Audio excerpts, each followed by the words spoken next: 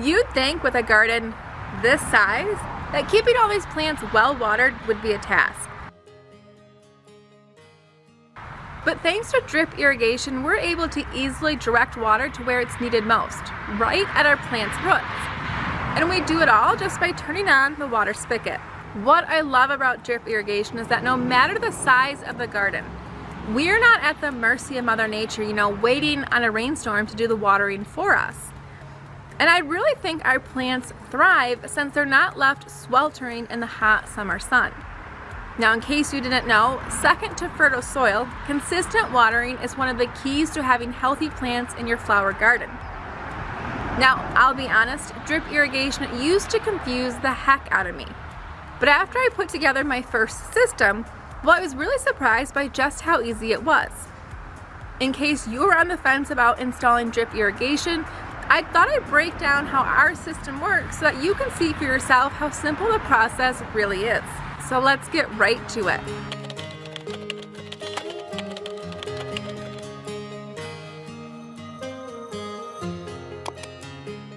Now, to help you understand how our system works, I want to give you a bird's eye view of our garden layout. Now, our garden is longer than it is wide, and our flowers are planted in long rows. While technically each row could be one long continuous row the entire length of our garden, I do divide my garden into 4 separate sections, which means that I have 4 zones that I will water. Now, let me briefly explain my reasoning for this. So in this first section, I plant all of my dahlias. And as you likely already know, dahlia tubers hold a lot of moisture and hardly require any additional watering at planting. Most growers will actually encourage you to not water your dahlia tubers until you see growth happening above the ground so that your tubers don't end up rotting. Since dahlias have different watering needs than my other fast-growing tender annuals, I prefer to have them on their own separate watering zone. Now, next up is the bulk of my warm season flowers. This is where I plant my transplants after my last frost date. Now, these guys don't need excessively more water than my dahlias, but I do prefer to heavily water this section of the garden immediately after I plant it, as it helps my transplants to get established. And for this reason, I keep this second section of the garden as a separate zone. Now, moving on to this next section, this section of the garden differs from the rest as it's covered entirely by landscape fabric instead of plastic mulch like I use in the rest of the garden. And as I shared in this previous video here about the differences between landscape fabric and plastic mulch, the fabric is much more breathable and it doesn't retain moisture quite as well, which means that I have more lines of drip laid in this section of the garden. It's because of these differences that this section of the garden is its own third watering zone. And last but not least, this fourth and final section of the garden was sort of an add-on. I used to keep this area uncovered and I would directly sow my sunflower successions here, and for the past few years I left this section unirrigated. I found that sunflowers did, decent enough on their own without the need for drip tape.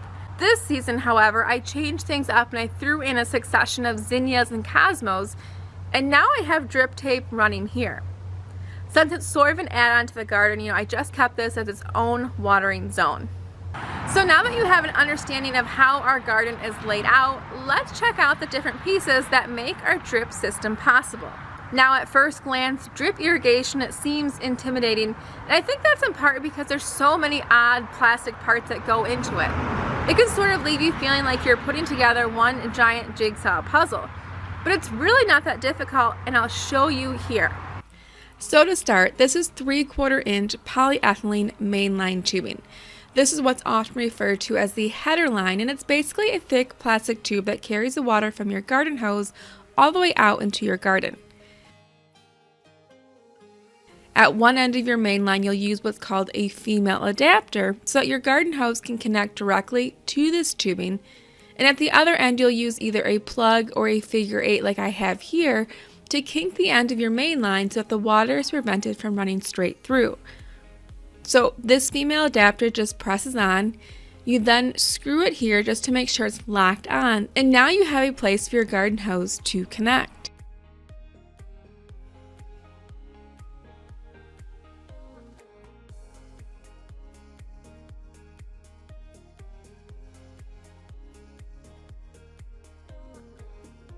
Next, I'm just going to thread this figure 8 on the opposite end of my main header line so that it looks like this.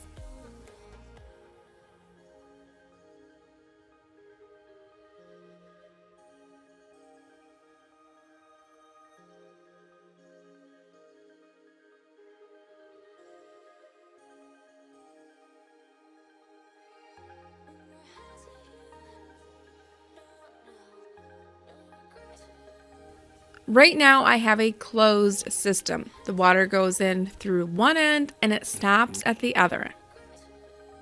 Next up, we're going to attach the drip tape to the header line using these 7mm barbs. Now this particular barb has a perma-lock valve, which is what allows me to turn on and off individual lines of drip tape. Realize you can also find these barbs without the valve if you don't need control of each individual drip line.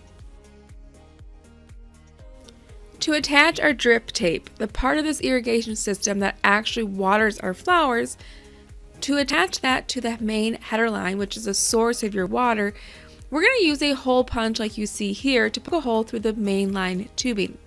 You just press it in like so. You may have to put some muscle behind it, but it's really not that difficult.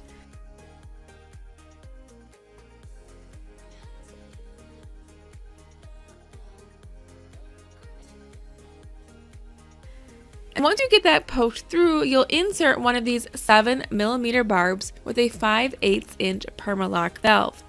As I've said, this valve is what allows you to selectively water certain rows of your garden. So you can leave all the valves open and every row on your header line will get watered, or you can turn off certain rows if you don't need water to flow to those areas for some reason. This here is your drip tape. As you can see, it is flat right now, but once water runs through it, it will expand, and there's emitters within this tape that allows the water to flow out and water your plants. This tape is what runs the length of your rows, and it can be cut to any size. We're going to slip it on the end of our barb and then make sure it's securely attached. Now you're going to want to make sure that you push the drip tape all the way on so it doesn't leak. And then I'm just going to twist this down here so the tape is securely attached and won't come off once I turn the water on. Now, like with our header line, if we don't plug our drip lines with anything, then water is going to run freely through it. So what I do, I like to make sure that the drip line is slightly longer than my bed. And then I'm going to fold the end of the tape over and slip a short piece of tape over the fold like this.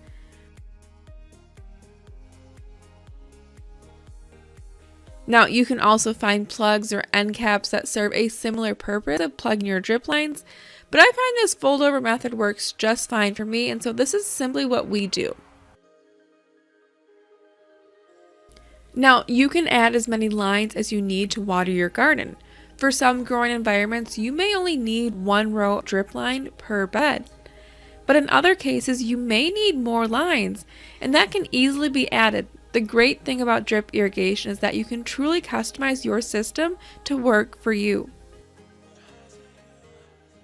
So right here is really the basics of drip irrigation.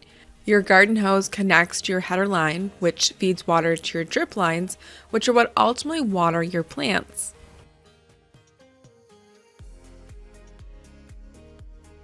Now, if you happen to make mistakes as you're installing your drip system, don't worry, there are fixes for that. One of the things I like to keep on hand are goof plugs. I realized as I went to film this video today that I don't have any goof plugs on hand, but they are just small pieces of plastic. They're actually the same size as your barbs, and so if you accidentally punch a hole like in the wrong place, you can just insert a goof plug and it will prevent water from leaking out. For the most part, drip tape, it's pretty durable, but occasionally you'll get leaks in your drip lines. Now this happens due to normal wear and tear. Sometimes a critter likes to take a bite out of your line, and there's always the instance where, I snag one of my own lines as I'm planting my flowers out. And so what you can do in this instance, rather than running an entire new line of drip tape, you can use a coupler to cut the damaged part out of your drip tape, and then you reconnect the two pieces of drip tape by joining each section of your drip line to the ends of your coupler. Now, for the sake of this example and to make it easier to see on camera, I'm disconnecting the drip tape from the barb. But in the garden, I wouldn't do this. I'd leave my drip line attached.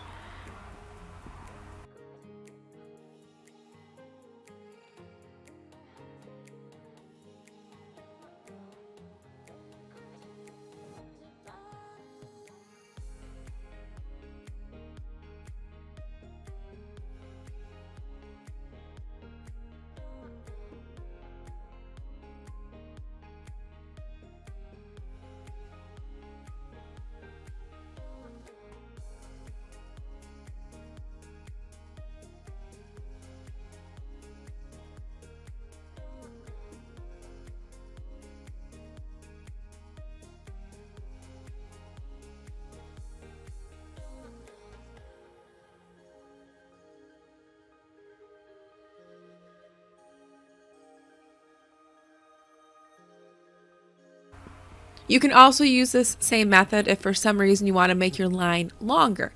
Just add the coupler to the end of your existing line and then add as much drip tape as necessary so that your line is the proper length.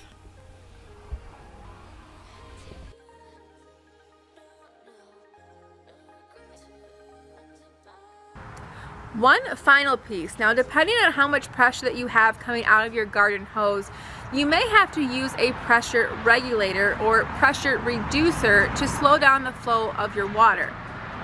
As you can see, I have one installed here right where we turn on our water, and its job is simply to slow down the water before it enters our irrigation system so that our lines aren't blown out.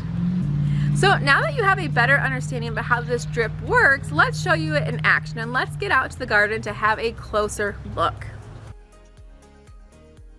As you can see, the mainline tubing runs the width of our field, and then the drip tape, which you can't see because it's beneath our plastic mulch, that runs the length of each bed. Now, our drip tape is covered by our plastic mulch, but it's still just lying on top of the soil. It's not buried. If you're not using any sort of ground cover in your garden, feel free to lay your drip tape directly on top of your beds.